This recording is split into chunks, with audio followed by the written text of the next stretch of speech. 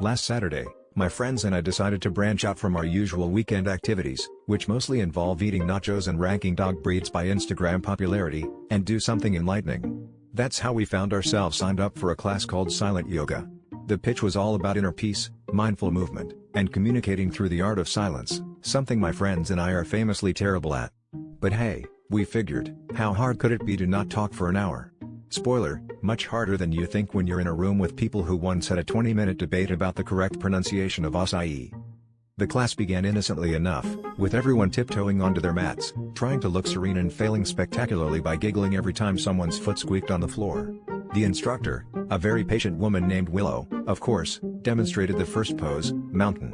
We all stood there, silent, hands together, trying not to make eye contact. That's when my friend Dave, unable to resist, started doing the pose with interpretive flair, swaying his arms like a tree caught in a hurricane. Not to be outdone, Jenna broke into what could only be described as expressive volcano. Soon it was less yoga, more interpretive dance-off, and the silence was broken only by the sound of Willow's deep, disappointed sighs. Things escalated quickly. Someone attempted downward dog but ended up doing what looked like the worm.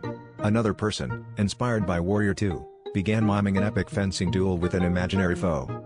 The instructor, realizing she had lost all control, started to communicate solely through exaggerated gestures, waving her arms in a way that seemed to say, "Please, for the love of all that is Zen, stop."